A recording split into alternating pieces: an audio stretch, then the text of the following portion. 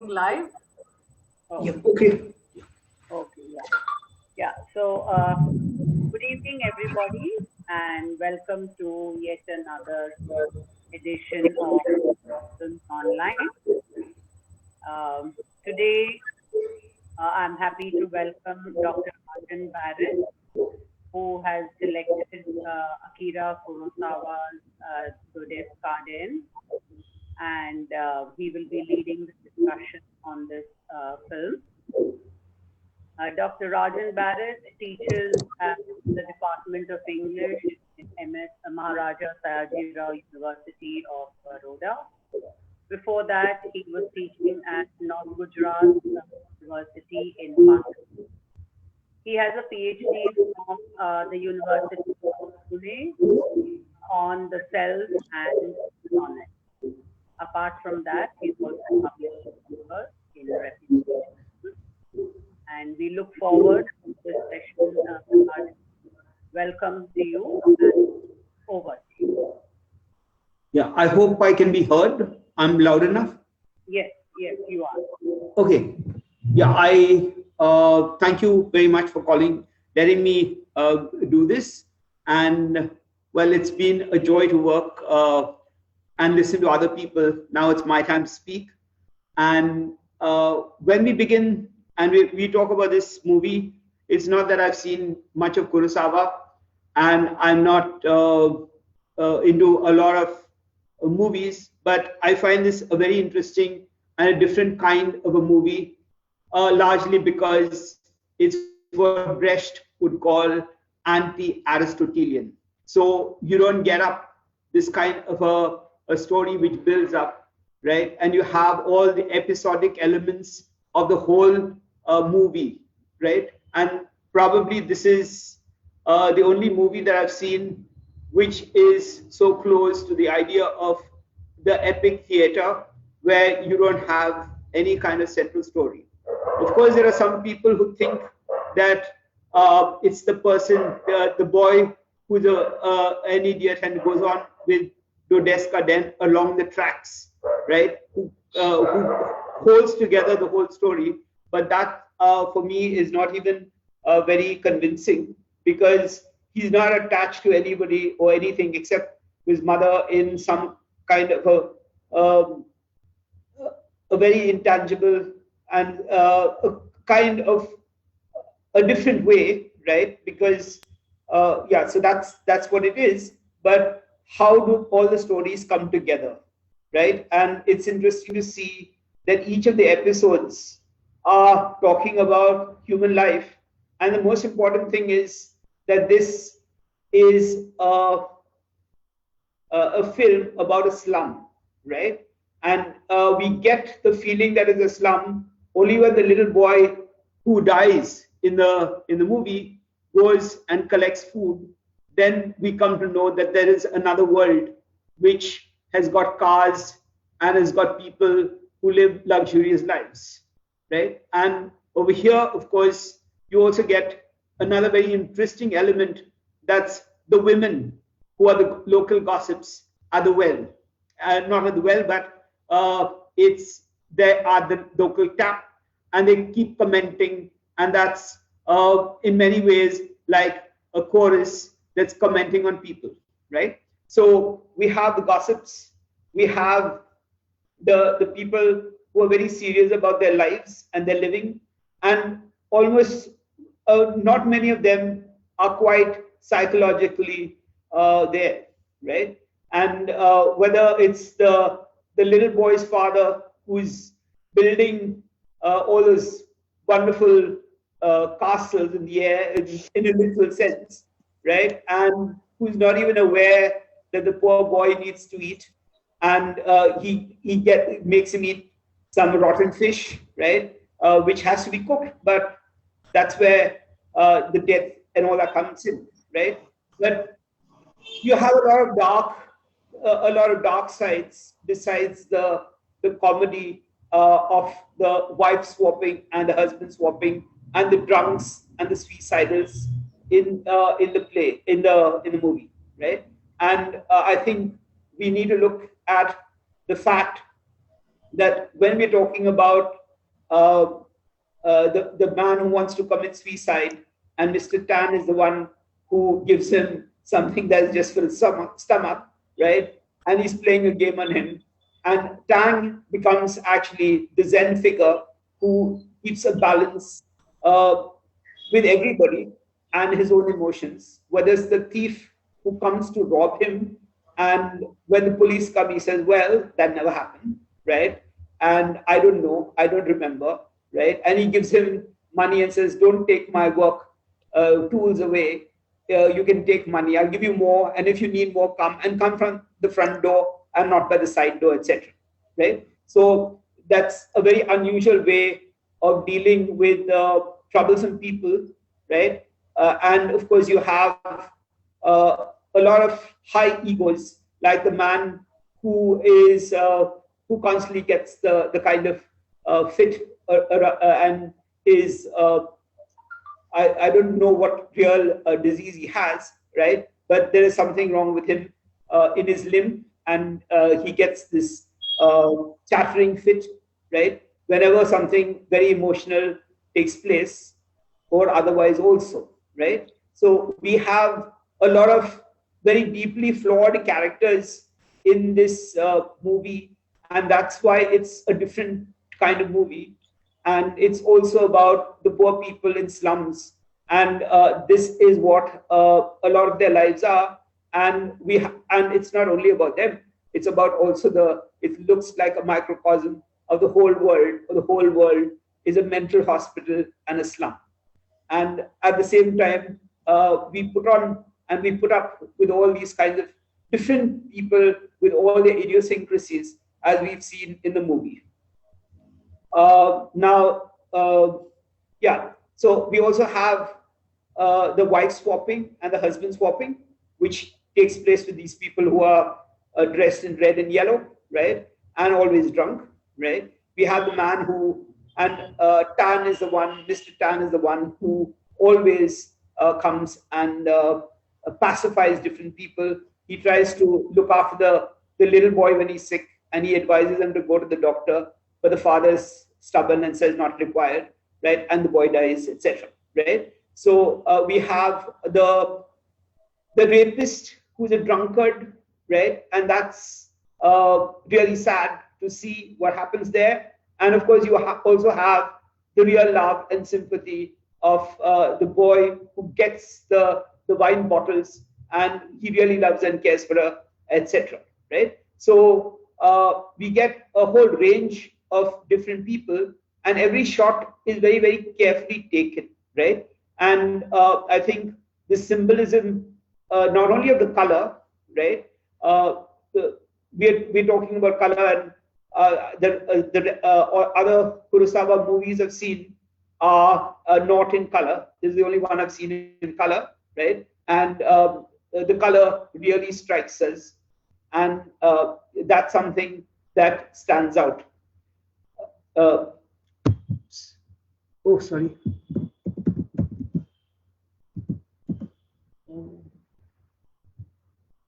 Yeah, I'm sorry. Yeah. No, it's fine. It's fine. Carry on. It's carry on. Okay. Yeah. The color keeps standing out, and we also get symbolism, like the man who cares, who's doing this thing with clothes and weaving and all those kind of things. He just looks straight, and he's broken, or his soul is broken by whatever the wife has done or left him and gone away, and he will not repent for his hardness towards her. And she is trying to repent. She is trying to ask for forgiveness, but he just won't forgive, and he won't heal himself also. And of course, the acting is superb, right? And you get this question of him looking straight and measuring out rice, right? It reminds me of T.S. Eliot's line, "I've measured out my life in coffee spoons, but here it's in rice bowls." And that's one of the most beautiful things for me in the movie, because though these people do not agree and do not forgive, right, and are still stuck with their emotions and they're hurt, etc. But you get one point of the movie where they're tearing clothes, and it's almost in unison, where you can get the kind of the harmony that goes on in spite of the discord, right? So I found that episode really interesting, and so that's, though there's no forgiveness, there's no healing, though this woman cries and cries and cries, and she's repentant, nothing happens over there, and that perhaps that's a realistic element of life. Some people cannot forgive, and they're dead in their souls, right? So that's the kind of depiction which is a realistic depiction, right? And then of course we get the guilt of the man of Chiju, whatever her name is, right? Who is making flowers, right? And we get this man who's raped her, who's a drunkard, and the probably the husband and wife are both exploiting her, and she's just working and working away, and there's no kind, and he's trying to hide everything else, right? Because I like one shot where when he's running away and he has to go and see the police, right? He puts his shoes in wrong, right? And that becomes an important thing, and he just runs away that way, right? So yeah, I don't think I need to say enough, or I can't say much about each shot, which is very, very carefully crafted. And I think all of us know that Kurosawa and the other people who worked with him in his kind of cinema took the trouble to get every frame artistically made, right? And that comes across in all the scenes, and every one of them as an image visually is very, very, very uniquely done and very carefully done, right? Of course, when we have the boy and the idea of Dodes'ka, then that's the shunting of the train and all the onomatopoeic kind of sounds that he makes, right? And he actually thinks that this is a real train, and of course the miming, etc., is superb. That's for the acting, but it's sad that here you have a person who actually thinks that he's got a job. He thinks that other people are not working, and that's what the movie opens with and ends with, right? And no matter what it is, he thinks that he's got a job, and that's how he lives, right? Now it's interesting that the little children call him train mad. They write on the house, and the mother cleans it out, right? And the mother is one of the interesting kinds of people who actually suffer and put up with the suffering, right? Like many other people do. And maybe the other person in the movie is Tan, Mr. Tan, who tries to keep this kind of balance, right? So he's totally the balance between the inside and the outside, the balance between each other, the emotions and the action, and all those kind of the idea of balance, I think, is something that's very strong with him. So that's important. And of course, I think it's important that in the 20th century or in modern writing, we have people like Dostoevsky, who has the idiot, and we have Benji in Foster's Sound and the Fury, who also he's also the idiot boy, right? Yeah. So the whole idea of I don't know whether we can really call the boy a kind of the central protagonist, because there is no protagonist at all in the movie as far as I can see, right? So maybe that's debatable, right? But looking at it from a totally Brechtian angle and looking at it as anti-Aristotelian and epic in its construction, we actually see all these little bits of the lives of different people, right?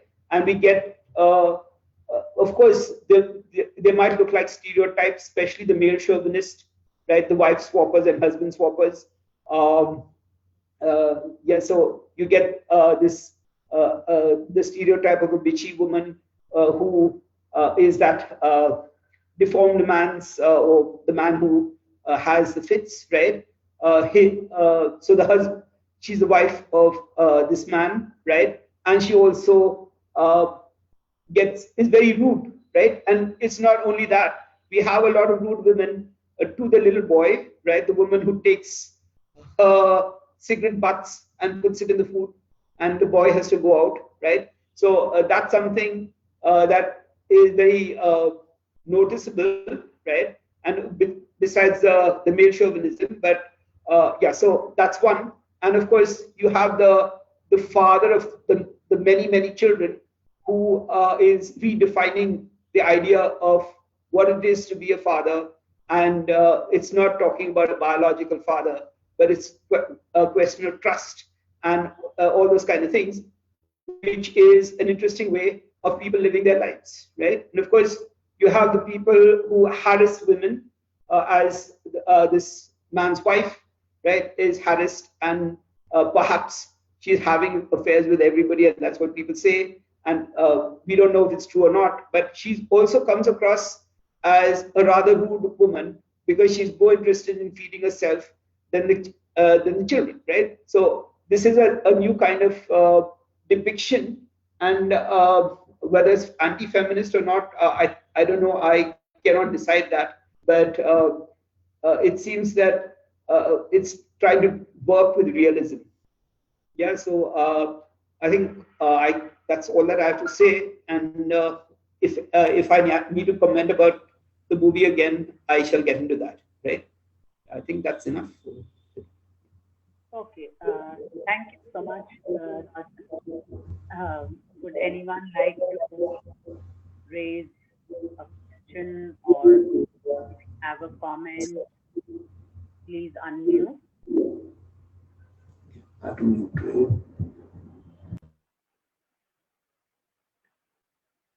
Okay, if you need some time to gather your thoughts, maybe I would like to make a couple of quick points. Um, Rajan, you were talking about whether Roku-chan, that boy who has a dream of becoming this train driver, whether he's a protagonist or not. Uh, I don't know about protagonist, but I think he certainly is a link to the different episodes. And he also, the film begins with him and ends with him. So it's a kind of a circular narrative which which goes around in a circle. And what Roku-chan, for me at least, represents is the power of imagination and the hope in dreaming. You know, there is such a contrast between the environment in which all these characters live, but at the same time, there seems to be a lot of joy as well, you know, in the way they lead their lives, whether it is the woman who is, you know, having so many children from different men, and even that shoemaker, he has so much joy in looking after the children and being a father to the children, knowing fully well that they are not his own. And so, in that sense, I think, in contrast to the fact that they live, you know, on a trash heap, surrounded by, you know, garbage and that unclean surrounding they are in, still the film manages to depict most of the episodes with also a great deal of humor. It's also a very entertaining film, especially that scene, you know, in which and the train is so real for Roku-chan that he even, you know, scolds that artist who has to get up with his easel and all that and walk away because he comes in the way of this boy. And another interesting thing is, the film is supposed to be set outside the city of Tokyo in this slum. And at the same time, the glitziness of Tokyo does not enter the film at all. It only marks its entry through the dream of the father and son, who live in that rundown car. And they are actually so meticulously planning the construction, even the architectural styles of, the gate and the interiors of the mansion. But the boy, of course, ultimately dies. And I think somewhere that kind of symbolizes the unrealizability of their dream. Whereas Roku-chan, by contrast, nurtures his dream. It's like a mime performance that he puts up every day. Like he is putting on ceremoniously his dress and wearing his cap, and then making all those sounds and gestures of actually running a train, and also those very delightfully childish drawings all over his house of the train. So he keeps that dream alive in him, and that is where I think the meaning and the joy of living for that child comes from. In spite of the fact that he lives in abject poverty and so many obstacles to his dream as well. There are children teasing him, throwing stones at him, but he still somehow is keeping that dream going. So that I thought was very interesting. Anyone who would like to come in? Yeah, I think that yes, there is a lot of humor, right? And even if you, I've forgotten the name, I don't know the name of the character actually. The man who goes into the fit and who's got this very bossy wife. Yeah, I don't, Tid and whatever, I don't know his name, right? But in fact, in the first time you see him and the kind of fit he gets into, he becomes a kind of comic figure at one level, right? And of course, he's also to be sympathized with at another level, right? And yeah, that whole scene, that male scene of the guest coming over and the wife going for a bath and all that kind of thing, and he's shown in a different light, right? And he's saying that, well, this woman married me, you don't know what she's done for me, and he's talking about his own story, and then he actually resolves something called the conflict, which actually takes place among these people, right? So I think that's another dimension of the film that is interesting, because it actually means that we're talking about politics where we're talking about conflict and resolution. And this is the kind of basic daily politics that people live in, right? So there is a conflict. They said, throw this wife out and all that. And then he says, who are you to say that, right? And all those interesting things that happen in that male kind of circle, which is contrasted with the women of the well, right? So I think all those contrast also something that I think is interesting about the film. Yeah, and yes, about the artist who comes in only for a small little appearance and he's pushed off, right? So who does he stand for? The filmmaker or the director? I don't know who he stands for, but he becomes very interesting as a symbol in himself, because he's pushed off, right? And he can't paint, and he's probably running away from the boy because he says, well, he's a mad nut and he might just bowl me over, right? So that's why he runs off. But this guy thinks that he's stopping the train, and talks to him and says, don't you know that you're stopping the train and you might be killed and all that kind of thing, right? Yeah. But so we have, and actually the scenes are very, I think, one after the other. We have this this poor man in the car who's building castles in the air, right? And that's at one level.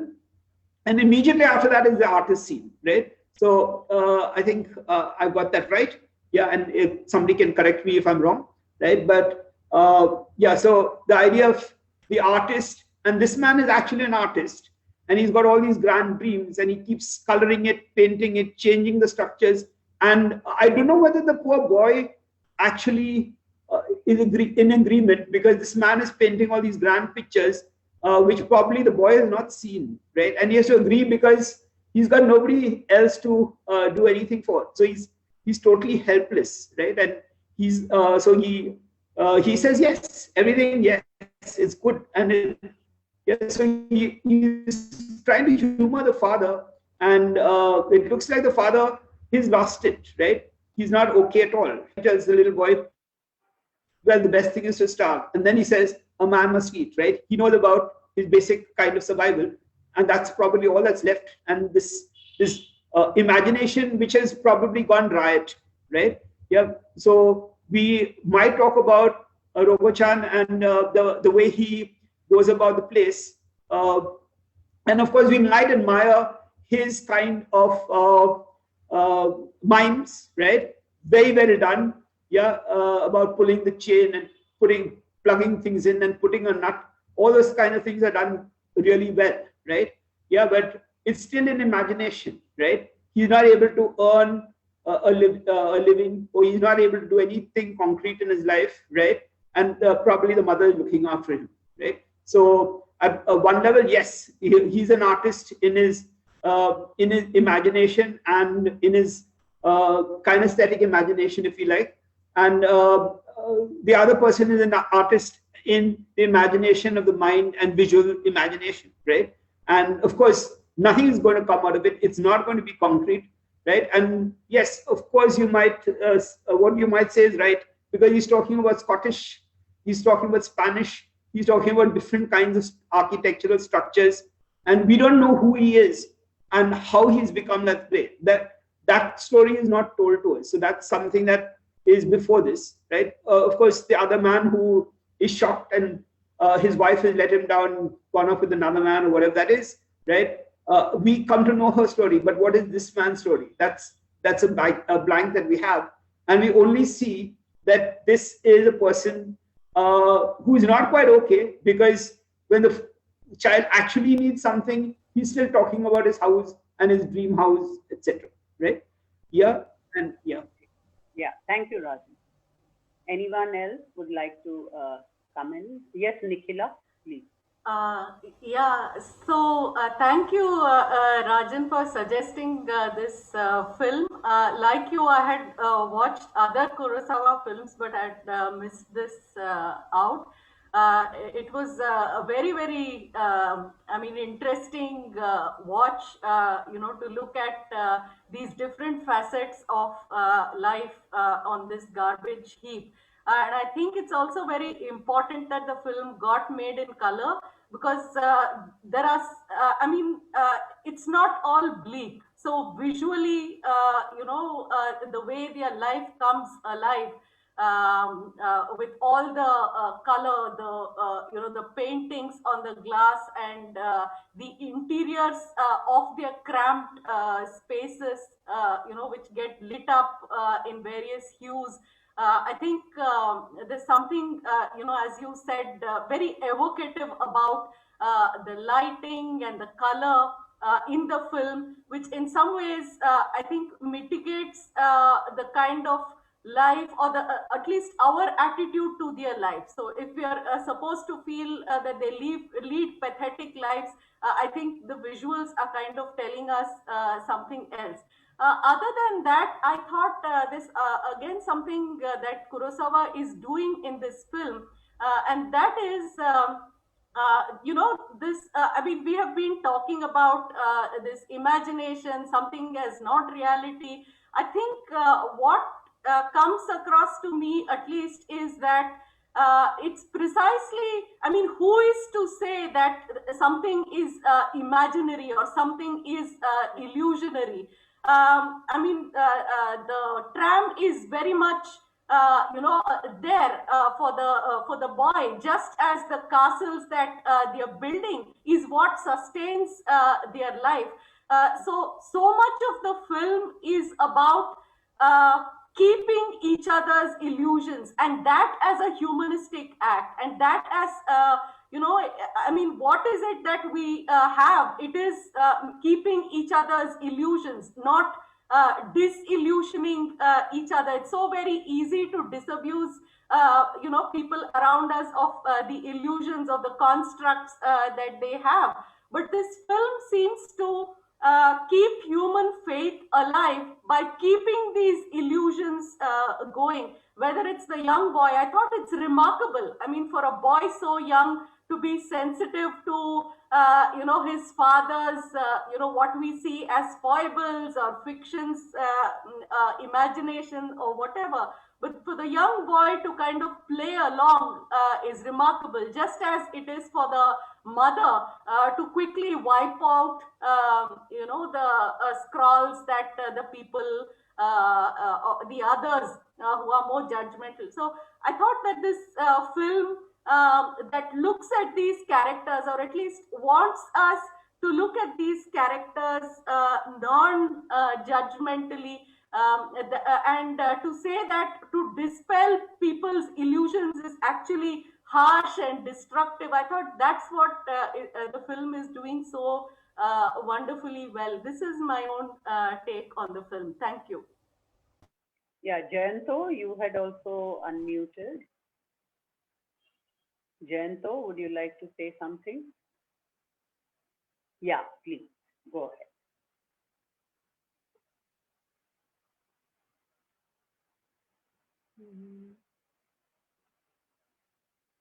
There's a problem there.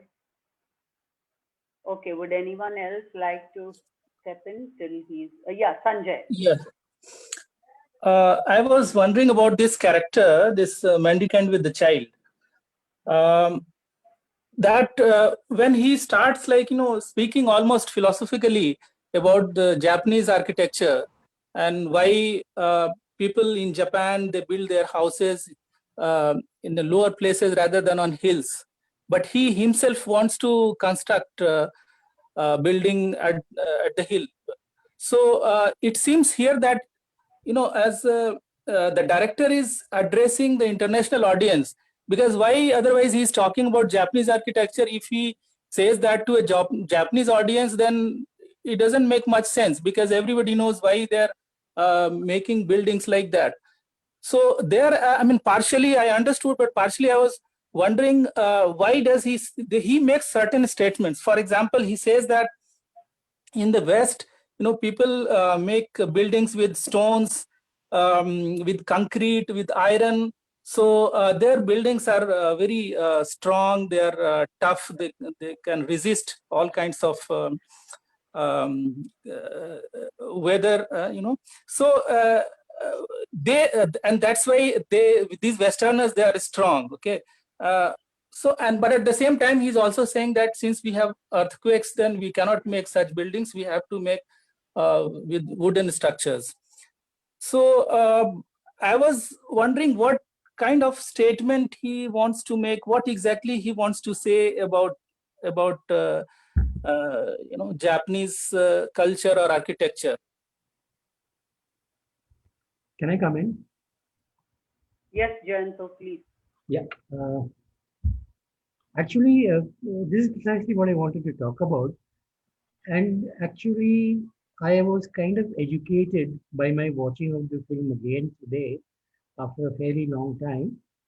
A kind of a new understanding of Kurosawa's films, in the sense that I remember, because by and large, the average cinema goer knows Kurosawa as the maker of the samurai kind of films, which talks about a way of life, Yojimbo, Seven Samurai, The Throne of Blood, and all that. I had sort of put up a viewpoint almost 40 years ago that he makes these films, because the Japanese are now terribly embarrassed about what they have become, almost being taken over by the Americans and their humiliating defeat in, post Hiroshima and Nagasaki. And everybody pounds on me for talking nonsense. And I realized today for the first time that they were right. I was actually talking nonsense, because there is no embarrassment, in the sense that when the so-called bleak landscape where the kind of a dystopian world of this film is acting itself out, we realize that everybody's imagination is real enough for him and her, and also for the filmmaker. Because when that boy he turns off a key or yanks at a lever uh, in his tram car, the sound that comes out shows us that it is not only in the boy's mind. It is actually the filmmaker is giving us all those things. So it is a reality. And sometimes I have wondered that why this first film of Kurosawa should be made in color when it is talking about something which is supposedly so bleak. And then I realized that what he is trying to say, something which is borne out by something I think which Nicola said, that at the end of it all, for the first time, we realize that how vivid and real are those colors which decorate the inside of the boy's dwelling. For him, they are real. For us, they are real. And it's very much real for the filmmaker. And that is why that is the stage when the colors are at their most vibrant, at their most vivid. And that is in spite of what might seem to be others as bleak, as dystopian, as without hope at all, is actually full of hope and full of color. And this is something everybody's imagination of a life better than the actual one that he or she leads. There is a kind of transcendence, which is said again and again about the films of Kurosawa, that it transcends you from something that you see to something that is possible to happen. That's what I wanted to say. And nowhere in his films is there color used so beautifully as in this film, except in probably, which could be his last film, I'm not sure, when it's the dreams of Akira Kurosawa, when Kurosawa was a painter himself, and he applied for art school and all that, and he was rejected. He painted some pictures which form a part of the film in the style of Van Gogh, in which Van Gogh's role is played by a great admirer of Kurosawa, that was Martin Scorsese.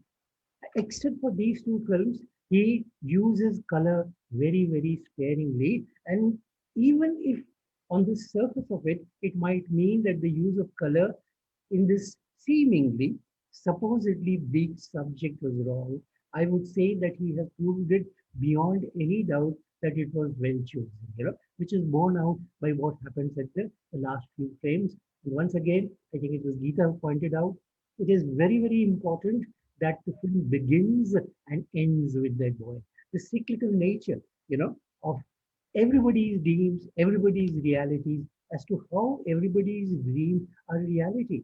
When the little boy, and the father, they talk about the kind of gate uh, which they're going to, you know, um, put on their, I will not use the word dream house. It is the house of reality. They know that they will go there someday. And of course, things happen end in disappointment. That's what happens for this boy also and for his father. And there is no suggestion of a concrete reality of how that better life or better world would be visibly, manifested. In the sense that those gates and those railings and that artwork and all that is against a blank sky. Also, when we see that the only hope for a better life, when this girl who is raped by the uncle and who is kind of an epitome of sadness and disappointment and exploitation, whatever, when she meets that boy, we know that there is the possibility of a better life for her as well as for the boy. Although this scenes where these meetings, the chance random meetings take place, they happen away from you know, the dystopic and the industrial waste kind of the location where the rest of the film happens, or the shanties and all that. This happens in open space. There is a road. The road itself is symbolic. It could lead anywhere. And although we know that there is a world beyond what we can see in these scenes, because there is only some water, is a vast stretch of water, but we know it is not the cramped, closed world. So I think it's a film full of hope. I think it's a film full of color. That's what I want to say. Thanks. Okay. Thank you, Jayanto. Thank you, Swarnavel, for joining us. And we would love to hear you because I'm told that you have written about this film. Yes, yes, Yeah, yeah.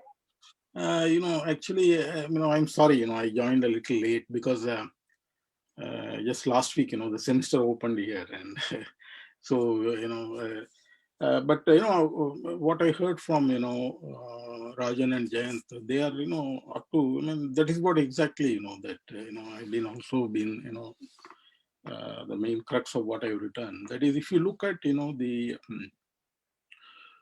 broader history of Kurosawa's life, and his films, this film is a very important film. Why? Because that as I think Jayant and as well as Rajan might have pointed out before I joined, um, and others too here, that is Kurosawa is well known, for his samurai films, like say Rashomon or Seven Samurai, to Yajimbo, Sanjiro, and then it follows. The traits continue. Kagemusha, and then even Ran. One could argue. Even if it's about chieftains. But it's about the samurai melancholia. If you will. On the other hand, we are also aware that he cannot be contained within that.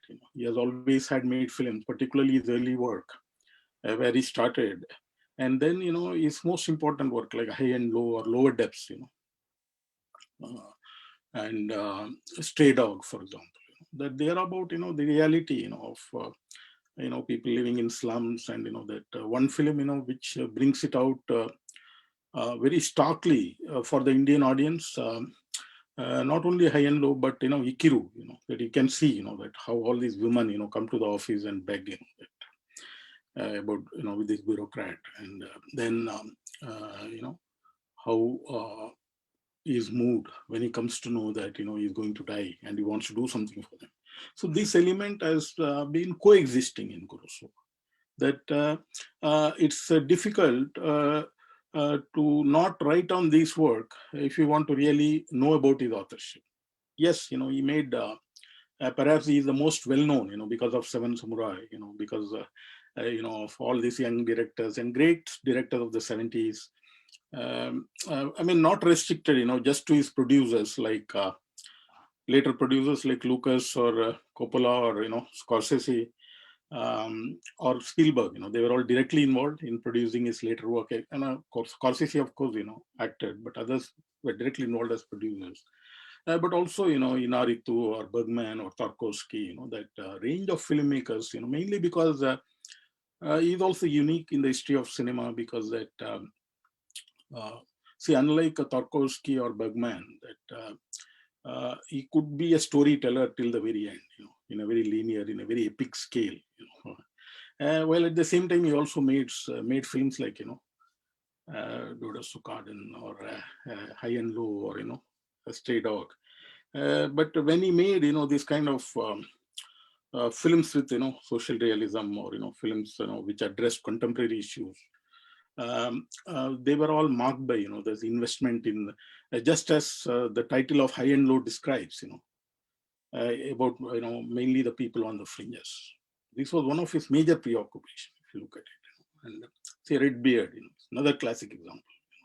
That he will mount a big film to foreground, the predicament of people on the fringes, about the doctor who is having this, hospital, which is almost like an orphanage kind of a thing, where poorest of the poor can come, and it is episodic, and he goes into great details, bordering on the sentimental, but it is, a film which is unforgettable, to such an extent.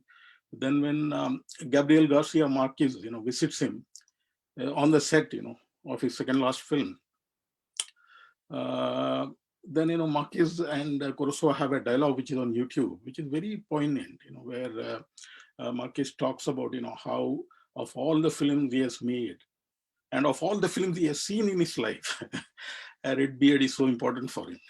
And he also says about how his children also got addicted to that film, so that you can understand how much he should have been talking. And for those of us who have seen it, we know that, because it's a film which is very difficult, that any number of times you see, it's so difficult to control your tears, because it is bordering, on the sentimental, and like Gatak, that he knows how to use it and yet create a work of art. So he was a great, magician. And also some of his interviews give us that insight, when he talks about, how Dostoevsky has been on great influence, in his life, apart from Shakespeare. So you can see those two trends as well. See, you have, films like Ran, or, Macbeth as Throne of Blood, or even Hamlet. On the other hand, you have, his investment in Dostoevsky, particularly in a film like this, so this film is also important because it marks that period after Red Beard, which marked the period, from his early work to 1965, Red Beard, and with that, his relationship with Toshiro Mifune also comes to an end. Then this film is made in 1970, and from here you will find, that gradually gets preoccupied with things which are different. One could say that his trajectory even becomes more darker later, as you come to Kagemusha, as you come to Ran. And then he gives the final statement, which is about that the specter which haunted him of Hiroshima and Nagasaki. And if you look at dreams, then that that he is trying to have episodes, not just on Van Gogh and Scorsese, but also you can see that that watermill, that village, and then directly he is having this post-nuclear Holocaust scenario. So you can see that that the specter which haunted him as a young child in 1923, when he goes and sees this huge earthquake in Tokyo, and in his autobiography he writes that he was not able to see it because he closed his eyes, because he was just 13 years old at that time. He was born in 1910, and so then his elder brother, who was also influential in his going to art school, getting his training as a painter, forces him to open his eyes. He says that open your eyes and see. So that could also be extrapolated, that yes, that earthquake certainly haunted him, but also the specter of Hiroshima and Nagasaki, which he does not address. He keeps his eyes closed and he's traveling inwards, looking for past glory, through the samurai myth, and talking about values and humanity. But after Red Beard comes a point of time, when he's kind of having the time to reflect on, because he doesn't have producers. He has a lot of huge narratives lined up, but he does not have producers. So this is a moment of great reflectivity for him, and you can see that he reflects on life of people on the fringes. As Jayant pointed out, you can see in every episode, that there is this bleakness, on the fringes, and I think as Rajan was also, hinting at, because I just joined very late, that you can see through the colors. You can see that it's a difficult film to only talk about the bleakness because colors are so bright, which again will come back in Dreams. Dreams has this kind of very strong use of primary colors, even when he's talking about the nuclear holocaust and the post-apocalyptic scenario. So this film therefore is a very important film. It marks the trajectory, and also it foregrounds that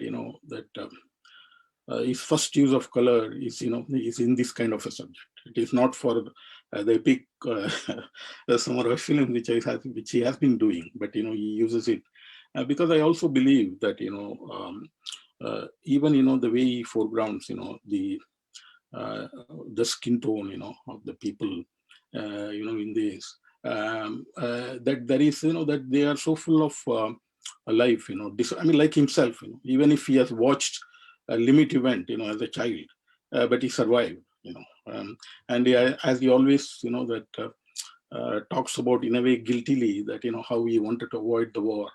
And, these are people, who remind us of that kind of a trajectory, Kurosawa.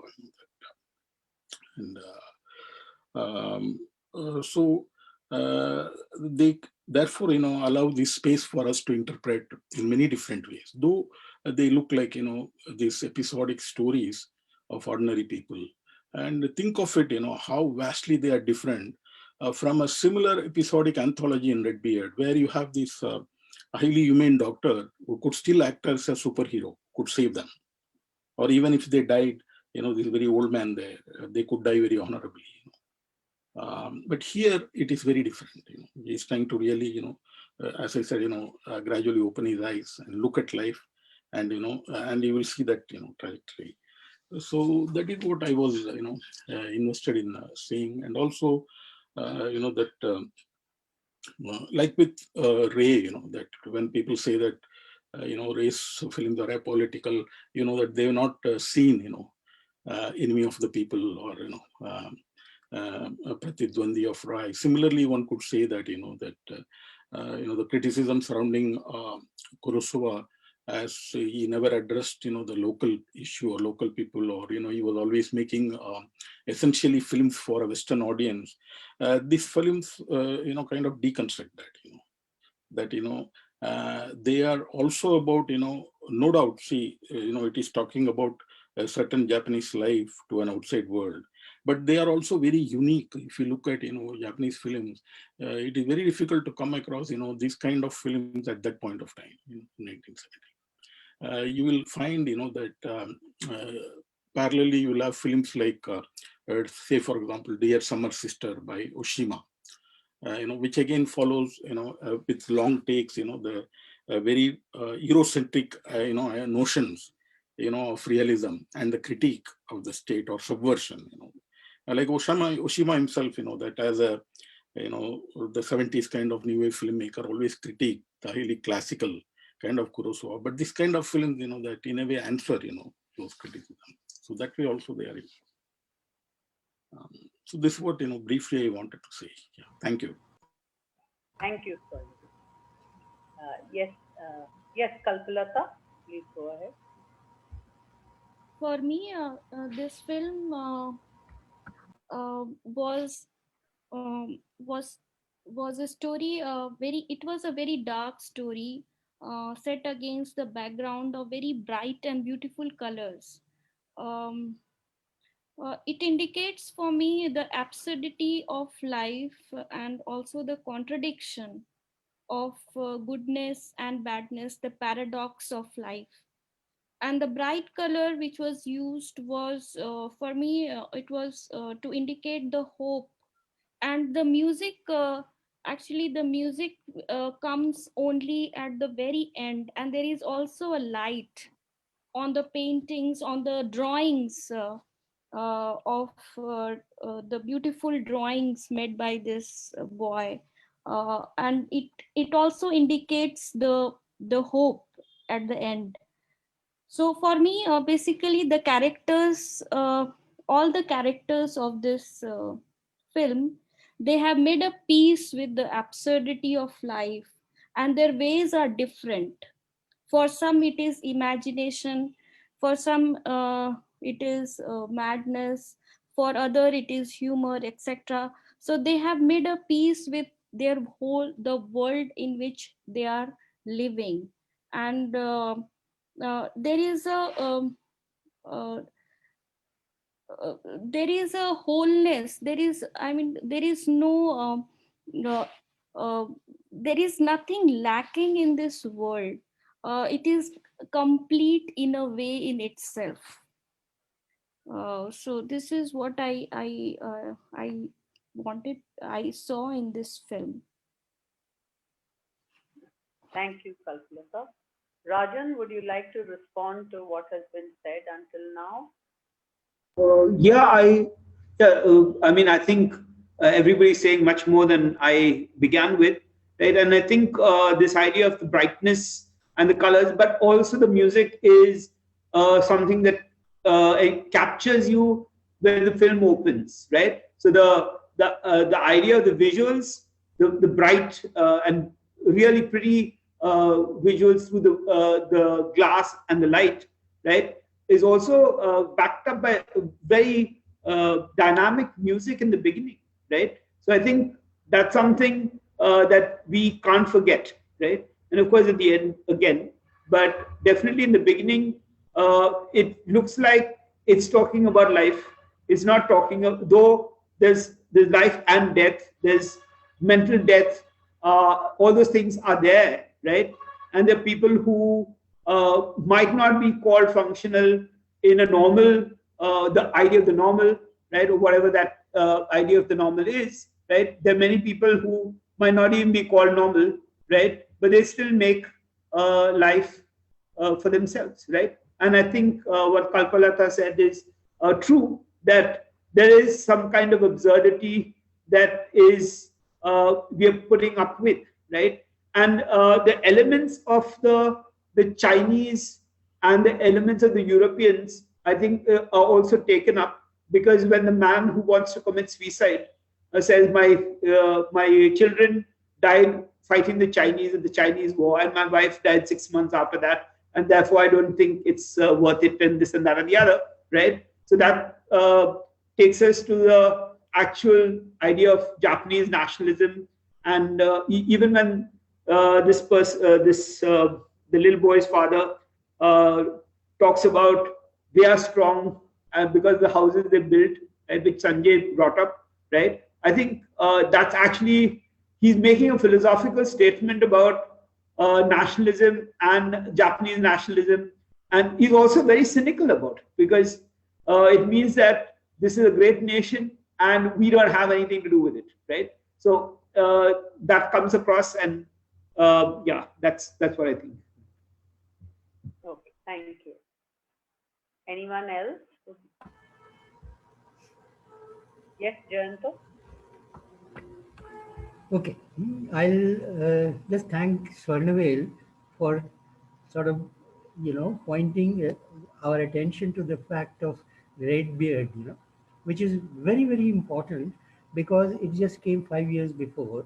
And it seemed like a culmination, particularly with Toshiro Mifune in it, and of a particular kind of films, Yojimbo and all the movies which he sort of represented single-handedly.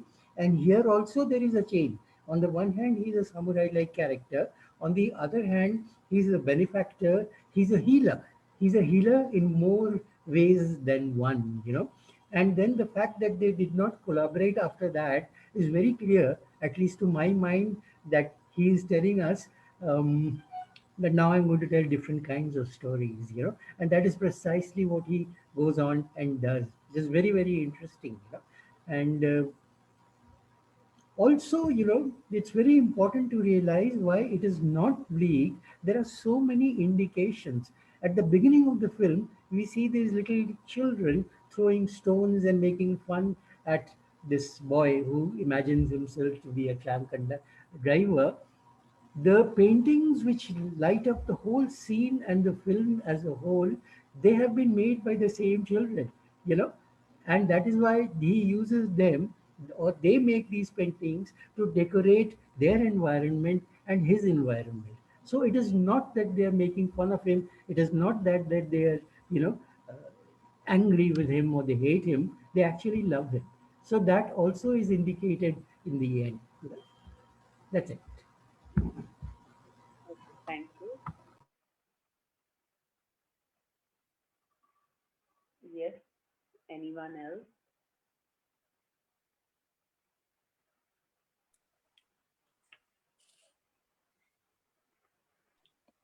Yes, I just Yeah. wanted to add, Yeah. that I agree with Kalpalata and Jayant. Kalpalata's point about the contrast, or the darkness, as well as hope, or just the colors or the music, the juxtaposition.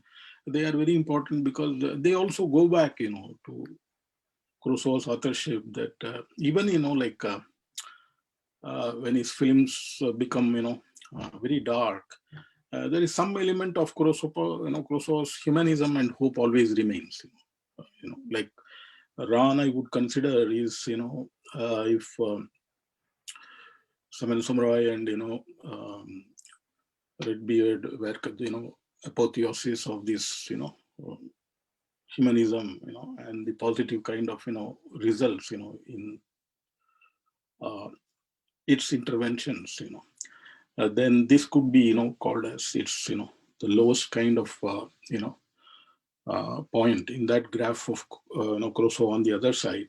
But even there, that you will find, as Kurosawa even talks, in many interviews, that why, the US has not apologized, that it kept including with, Marquez, he's talking about this. And then those kind of expressions become more important for him, rather than the fictional world of the samurais. And even made a film, where Richard Gere will, his second last film, will go, because he belongs to, the split family of a brother who migrated after Hiroshima to US. I mean, who goes through, his own battles, his internment, but the sister then does not accept him, because he has his own struggle, her life in Japan. And then he tries to call her to US and she refuses to come. And then the brother's son, Richard Gere, then goes back and tries to kind of, make peace. And there is a scene, that where he attends, the ritual of the ancestors there, and he's moved along with his aunt, and he kind of apologizes, So Kurosawa, and then Kurosawa was criticized, when the film was screened in Cannes Festival, that he is not addressing, the cause, the Pearl Harbor, for it. And Kurosawa replied, that, war may be between nations, but they can never be between people. That whole trajectory actually, you can see that it begins in, Dodes'ka,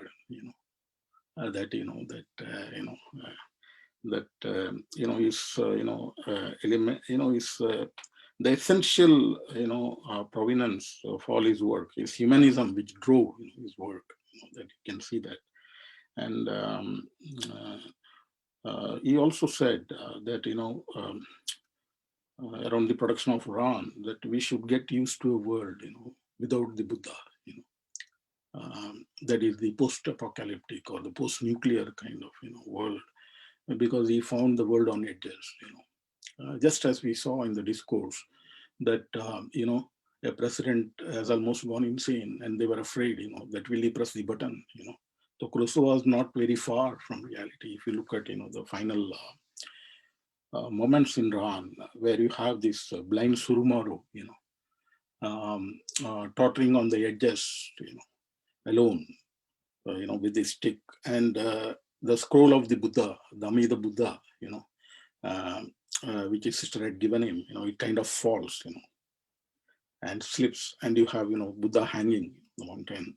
So even in such a bleak scenario, there is something, of what I would call as the Kurosawan kind of, humanism or grace. Despite Kurosawa's warning us, about the most hopeless situation we are in, or the most dystopic kind of scenario. And throughout his film, which he kind of mounted, initially till Redbeard, always filling them, with his rays of the humanism, like in Rashomon, and then his darkness. But that despite the darkness, his painting does not go, fully dark. So that is the beauty. And I see all those traces, in Dodes'ka. When Kalpata is saying, that despite all the, I could see, some kind of hope. I think that is, you are pointing, very rightly, you, and Jayant also, that that is the quintessential Kurosawa, actually. That is it. Yeah. Thank you, Swarnavel, for mentioning other films of Kurosawa and kind of looking at Dodes'ka as anticipating some of the themes. Yes, Bharti, please go ahead.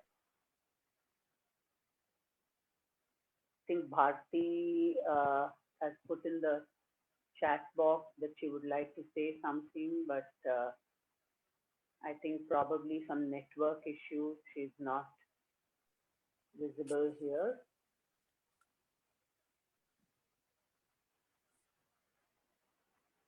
Okay, would anyone else like to come in the meanwhile? Yeah, Geeta, I would like to talk about these different characters, how they perceive time. Mm-hmm. If you look at the trolley freak, that boy, for him, like every day is the same. Every day in the morning, he dresses up meticulously and he leaves for his trips. And like the past, present, and future, they're all, enveloped together, and they are the same. And his present is the same as the past, and future will also be the same as present. And he is like, he has that vision, and it may be for the people, in the beginning irrational, but after that, whatever happens is completely rational. As everything is logical. Like once you make an error in the judgment, and after that what follows is completely rational. So everything he does with the bolts, where he has to stop, where he has to start, where the artist, the painter is he's making his painting, and he says that you are on the track, so it is the track, because every day he follows that route. So then we look at this mendicant. For him, it's like everything is completely in future. He refuses to see his present, even if just for some time, for when the child is ill, and after that he is dead also. But towards the end of the film, we see when he is at the grave, then again he is coming back to his dream of making the house, and he says that it's a swimming pool. That grave becomes a swimming pool.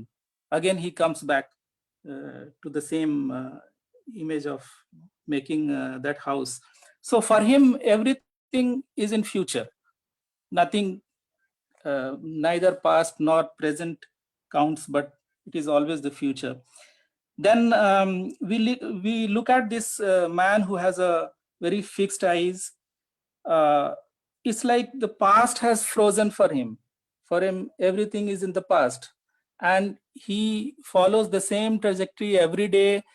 And this trauma has made him completely silent. He cannot speak, and I don't think he has ever spoken in the film.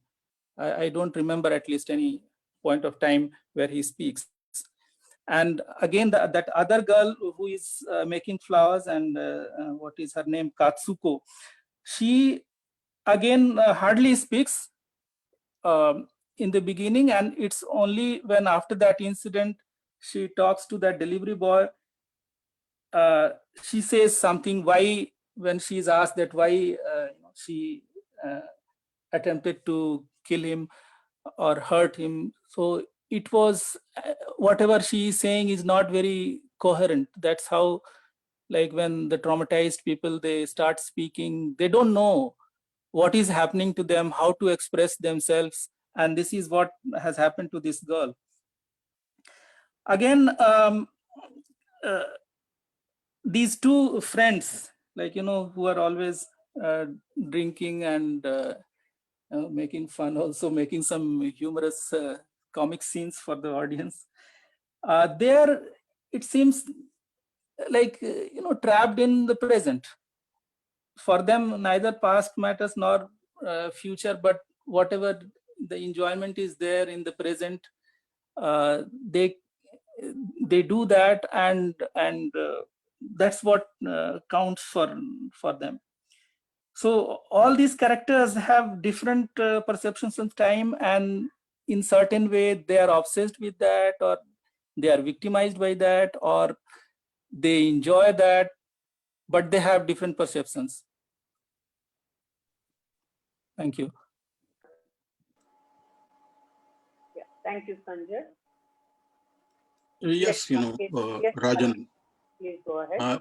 Just I will have a small response to Rajan. Yes. I know Okay. wonderfully put. Because I that even my response to Dodes'ka and when I wrote was also about the time factor. Because see, one of the larger criticism surrounding somebody like Kurosawa is also his investment in the epic form.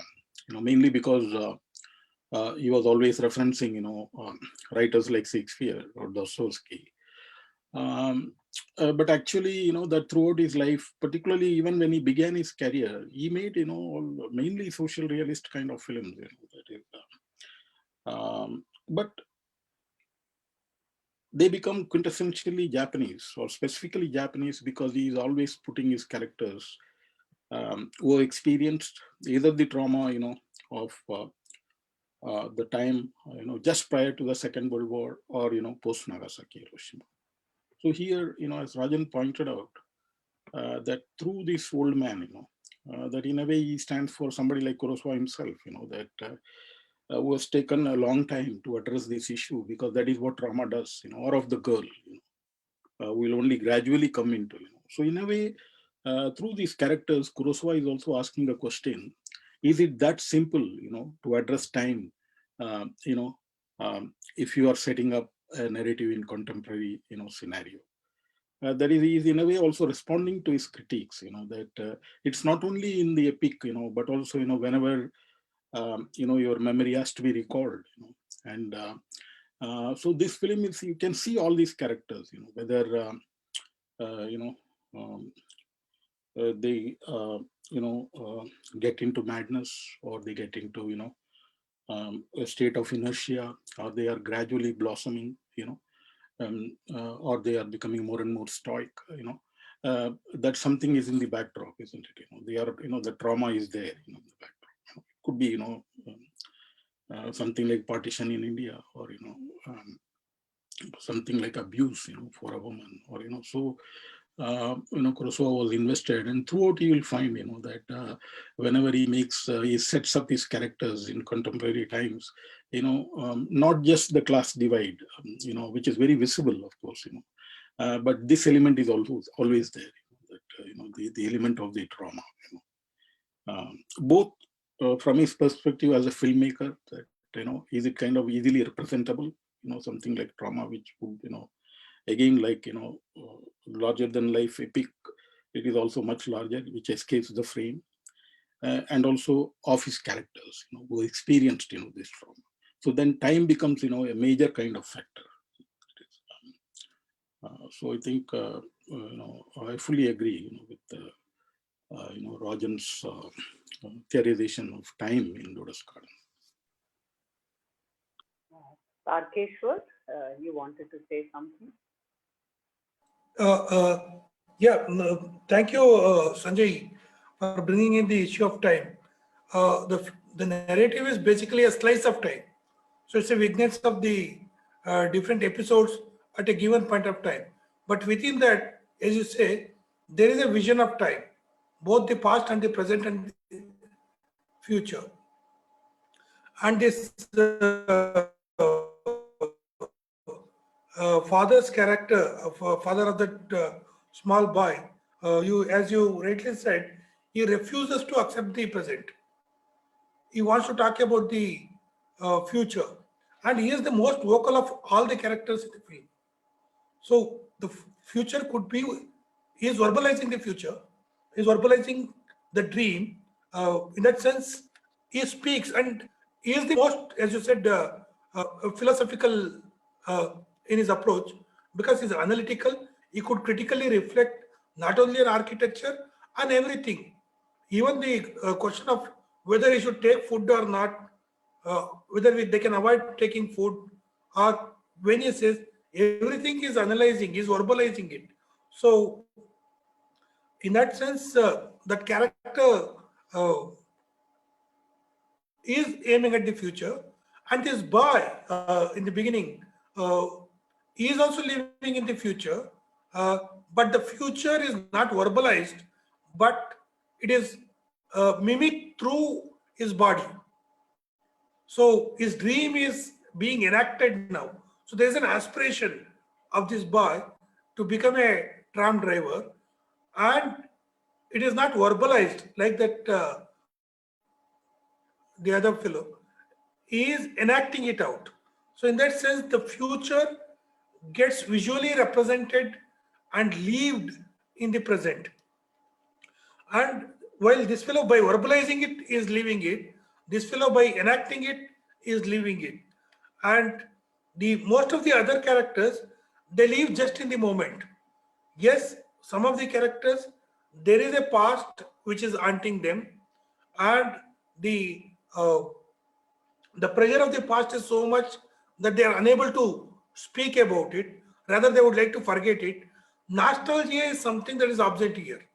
Nobody is uh, glorifying the past. So generally, in certain uh, where we are trying to look at the present, where they are in the low, they try to overcome the present by talking about the past glory. That is completely absent here. So in that sense, the treatment of time in this narrative is quite interesting. And thank you, Sanjay, for bringing it out for the discussion. Okay. Thank you, Tarkeshwar. Anyone else? Bharati says she can't type, but she can speak. No, she's having an audio problem, and that's why I was suggesting to her that she put it in the chat box. Okay, she says something. Let me just read it out. She says heightened color palette highlights the surreal aspect of the film. The film is performing on a level which is more than real. In a way, I feel it verges on parody, but there is a deep pathos and empathy with the people of the village, which we feel directly. The characters, all of them are again exaggerated, sort of treated graphically, almost like caricatures. Rajan, would you like to respond to this?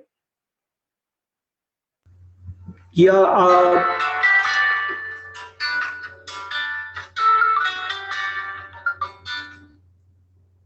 sorry. Yeah. Yes, at one level, yes, it looks like their stock characters, all those kind of things are there, but they also move. Maybe they don't grow too much, right? But there is some kind of movement from the beginning to the end, and I don't think that we can actually say that they're just stuck, right? I think the dynamic of the film is because what Sanjay said, they're living at uh, different time frames, they're different ways of taking on time, right? And I think what Sanjay also said, which was very important, is the silent character, right? And that's the Shakespearean thing that was spoken about, which we actually have antenna in Troilus and Cressida, right? Which is the silent character who doesn't speak a word, who comes in and goes out, right? But the other thing is the power of facing themselves. It's not only about time, but some people just cannot face themselves. The wife of the man with this stuck vision, right? She comes back, she cries, she repents, she lives out all her emotion, right? But he cannot face what has happened. So that's been the trauma that we talked about, or many people commented about just now, right? So yes, but I do not think that the colors, yeah, it does sound, it does seem as if the colors are very loud in the beginning, but uh, they come in and go in flashes, right? When the train comes in, the colors initially light up, right? And even the colors of the clothes, I think, are very important, especially the that funny pair who goes wife swapping and drinking, right? The man and the woman have a yellow in them for each of the pairs. And one is red, and yeah, so you get the red and you get the yellow. right? And that's something interesting. Yeah, so that's almost like a game that is played when you can match colors, etc. Right? So yes, that's what I think about it. Okay, thank you, Rajan.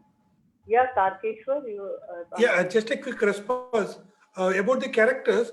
It almost appeared like a play to me. So it is being performed on the stage, because except going to the city for a short time, that boy. Otherwise, the stage is that little shandy, uh, the slum. So in that sense, it looks like a stage where they are performing it. And yes, most of the characters appear like caricatures or stereotypes. Uh, that is because it has that kind of quality of the stage play. Rajan was right in the beginning when he said that it is a kind of epic theater. Not the epic proportion that Swarnavel was talking about. That's a different kind of thing. So here it is a epic theater where there is episodic treatment of the different events, but located in a particular geographical location. So that is the anchoring. In that sense, yes, it has that kind of a theatrical uh, performance kind of thing. Another thing that I wanted to tell us about this old man uh, who seems to be uh, trying to bring in some kind of peace in everybody's character, or who's trying to put things in the right perspective. Uh, Wherever there is a slight change in the character's fortune, he is present there. Or for good or for bad, this person is there. So in that sense, but he also doesn't speak much. But he seems to be the kind of node through which many of these characters and events are knit together. And also the women who sit near the tap and speak about it. So these two characters, they're observing while the women are commenting. This old man, he seems to be going and trying to push things in a particular direction and bring some kind of composure to that character or to the event. So in that sense, it has that kind of theatrical uh, character to this particular film. okay, thank you. Yes, Tarkeshwar, I agree, with what you say. That is, that if you look at the production history of this film, that, he worked for, these Toho studios for a very long time. And, that relationship comes to an end, because for 5 years, these various scripts are getting rejected after Red Beard, and they do not want to produce because they say that, his films are too expensive and they take a long time making, and they are no more lucrative, for them. Business point of view, it's not lucrative. So he then, gets together with three of his friends, what they call as, this four-man's, horses club, Kon Ichikawa, then, Ozu's mentor, Kisuke, and then Kobayashi, who made this, was another great filmmaker. Ichikawa also, he made this Tokyo Olympiad, covering the Olympics with, 30 cameras, and it was, even today it remains iconic film, about sports coverage and, how to foreground the humane, even when you are using, so many cameras, say, as opposed to Leni Riefenstahl, of the Olympics in Berlin with the, Hitler. These four people get together, and the idea was to be free to make the films they want because of the bitterness with the studios. And this is the only film, they made, and then, they didn't have the funds. So that way also, it's an important film that, Kurosawa chooses, to make this kind of a film, for his first indie project. And as Tarakeshwar pointed out, he's talking about, how he was interested, in having a space for improvisation, with his actors. That how to think of spaces outside, the studios like in street theater kind of a thing, and throughout his career, as Bharati rightly points out, that he has also been critiqued, for using as types, his characters. But you can know that they are different from the typage, say, of Eisenstein. Eisenstein, used this theory of typage, where he wanted, workers as types, who project a certain kind of emotion for his silence.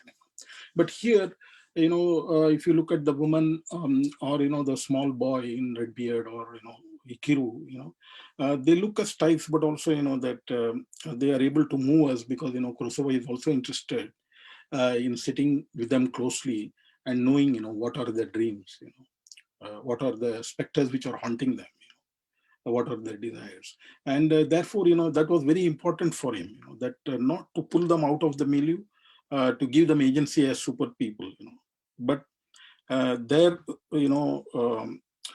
heroism lay for him in the quotidian, in the ordinary, so that was important for him, and that comes through in this film. That is through this, the concept of the episodic or the epic theater, if you will, and the idea of that working with the actors in a space which allows improvisation, not like, say, a script like Rashomon, which is like he's taking two short stories and he works for a long time, from Akutagawa, and then he works with Yashimoto, and they put together, and then you have the script, and then they go, like a regular studio production. This has that improvisational quality. Yes. Thank you for that, Purnavit. Anyone else would like to come in? Anyone with a question or a comment? I had a small question Okay. regarding this character Katsuku, who is talking to the liquor seller in the end, and it was mentioned that she was very incoherent in her speech. But I thought that it is very coherent what she is expressing. She's very clear why she stabbed the person, and this is for the first time that we see her very clear idea. And before that, she is silent and she does not speak at all, and she does not know what is happening. But at this point of time she is very clear what why she is stabbed, and she explains it very coherently. uh, I don't know, I thought like that, but I would like to have other opinions. Yes, anyone would like to respond to that? Yeah, Rajan. Yeah, I would think that she's healing. She's come to a kind of a realization about herself, and she knows that it's not about dying, but it's about living, and that's something important, and that's why she actually changes over there. But her body language right through the movie says talks much more than what she says by words. That's what you get when the aunt is taking her to the doctor. She just keeps quiet. Okay, so half the story is already out before she actually opens her mouth, right? So I think that's what comes across, at least to me.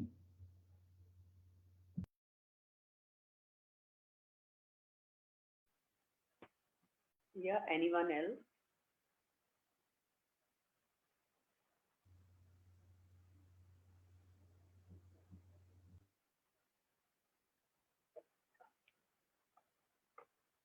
Okay, in that case, then we can wrap up this session if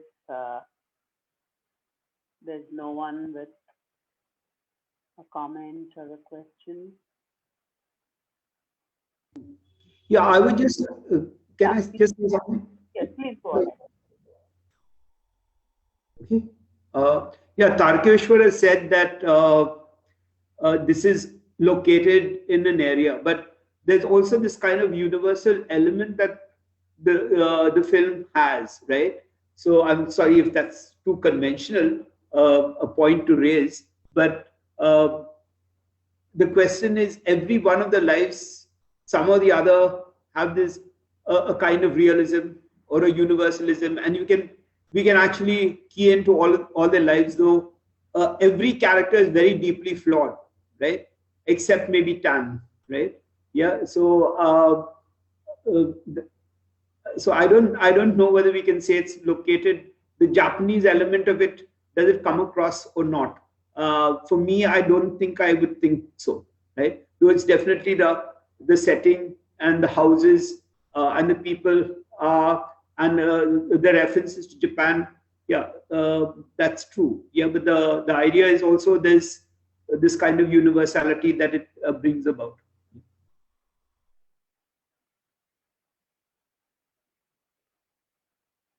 Anyone would like to respond to that? Yes, I agree with what Rajan says. Yes. Yeah. Okay, then thank you very much, Rajan. This was, yeah, Tarkeshwar, please go. No, I just wanted to thank everyone. Okay. Yeah. Yeah, thank you, Rajan. And thank you, Swarnavel, for logging in. And thank you, everybody, all participants. Thank you, Geeta. Thank you, everybody. Good night. Thank you, Rajan, and everyone. Thank you, Rajan. Thank you, Swarnavel. Thank you very much. Thank you. Thanks, Rajan. Yeah. It was wonderful. And Thank you, everyone. Thank Thanks. you. Bye. Thank you. Bye bye.